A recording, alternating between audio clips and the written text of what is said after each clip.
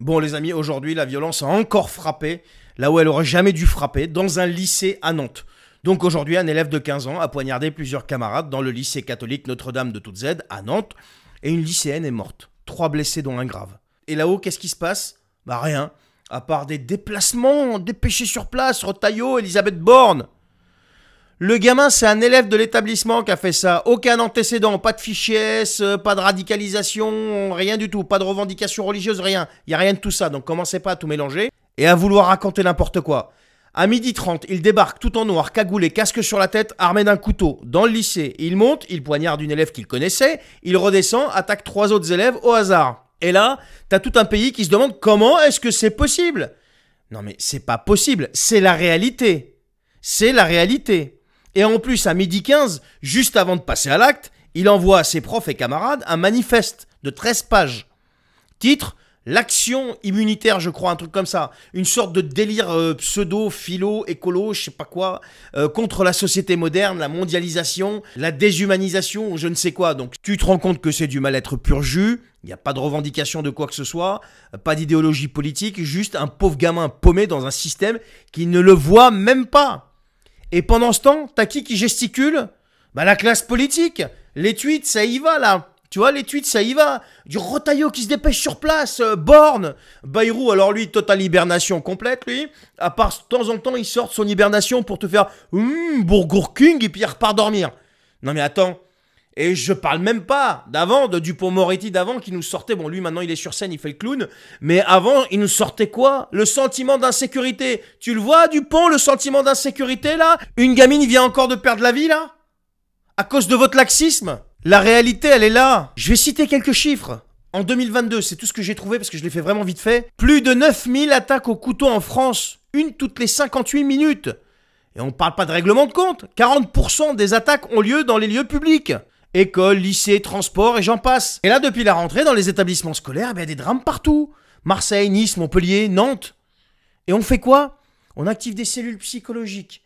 On fait de l'accompagnement, de je sais pas quoi. Super les gars, c'est bien. Mais au fond, ce qui est en train de pourrir lentement, c'est tout un système qui ne protège plus personne, qui ne prévient plus. T'as 68% des Français qui ne se sentent plus en sécurité dans les transports. T'en as 73% qui pensent que l'État ne protège plus les citoyens ordinaires. Et t'as Bayrou, toujours en hibernation. Tu comprends? Ça tweet. Ça explique que pour Bétaram, il comprenait pas, et bien je sais pas quoi, il était pas au courant pour sa fille. C'est tout ce qu'il fait ce mec-là. Et puis Burger King de temps en temps, tu vois. Mais pendant ce temps-là, bah, les gamins tombent. On nous parle de veille républicaine, de mobilisation ministérielle, de je sais pas quoi, mais la seule réalité que les gens voient aujourd'hui, c'est celle de leur môme qui risque de se faire planter entre 2 cours de maths ou je sais pas quoi, ou sur le chemin de l'école. Et vous tous, là, la classe dirigeante et plus précisément la Macronie, vous continuez à nous vendre votre système, votre Europe, votre stabilité, votre République, votre je sais pas quoi, pendant que la violence, elle, est déjà dans les couloirs des lycées. Ça, c'est la réalité. Il vous faudra combien de morts encore pour que vous compreniez la gravité de ce qui se passe et que vous bougiez votre cul? Mais combien? Il faudra combien de morts encore et de victimes pour que vous compreniez qu'il va falloir vraiment commencer à gouverner sans faire aucun plaisir à cette gauche qui est la championne de l'excusite, qui excuse toujours les coupables mais jamais les victimes, qui te balance toujours des tweets ambigus pour condamner sans condamner, tu comprends? Mais qu'est-ce que vous attendez en fait? Que les gens pètent des plombs et que ça commence à se faire justice soi-même? Et après vous allez venir nous expliquer, non, c'est la République qui règle les problèmes, c'est la justice de la République. Non mais attendez, on va où là? On vit dans quel pays là? Dans quoi on vit? Il va falloir m'expliquer, quels sont vos bilans? Non mais vous vous rendez compte, une gamine a perdu la vie aujourd'hui pour rien. Dans son lycée. Non mais je sais pas si on imagine la gravité et l'ampleur de ce qui se passe. Mais moi ça me révolte complètement. Dans tout pays normalement constitué. Mais des situations comme ça, un niveau d'insécurité comme ça. Mais si la politique est ferme et qu'il y a d'autres politiciens qui ramènent leurs fraises, mais c'est à eux qu'il faut s'en prendre et il faut les enfermer. Il faut arrêter de trouver des excuses aux coupables. Non mais un gamin qui souffre d'un mal-être profond, qui est capable de rédiger un manifeste, mais de 13 pages, et il l'envoie à tout le monde, mais personne s'en est rendu compte. Personne n'a vu que ce type-là était complètement ravagé. Et je suis curieux de voir ce qui va sortir de la bouche des gauchos, là. Qu'est-ce qu'ils vont nous trouver comme excuse? Parce qu'attention, hein, il était contre la mondialisation, il parlait de l'écologie, il parlait d'un petit peu tout. J'ai parcouru vite fait le manifeste, mais c'est impressionnant.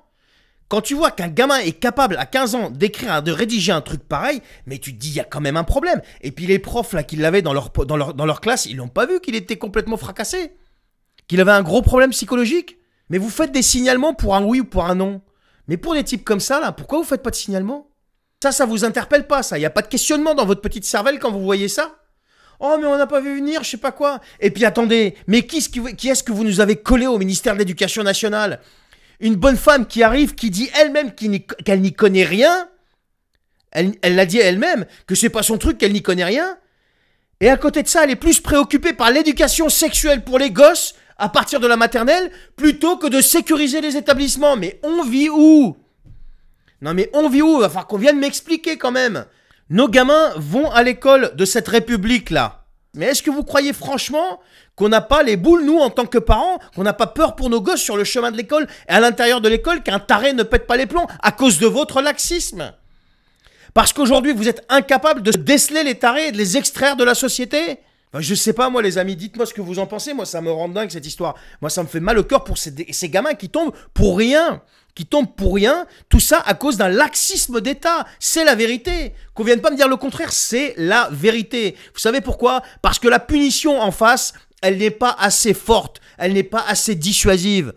Non, mais c'est un laxisme généralisé. On a beau me raconter ce qu'on veut. Il n'y a pas assez de dissuasion en face pour que tous ceux qui commettent ces horreurs-là soient dissuadés et n'osent même pas passer à l'acte par peur. On leur fait pas assez peur. La République est devenue trop molle. Et la justice, très sincèrement, comme le dit Papacito dans La Furia, c'était beaucoup mieux avant. Allez, condoléances à la famille, je vous souhaite une bonne soirée. Partagez cette vidéo s'il vous plaît, prenez soin de vous.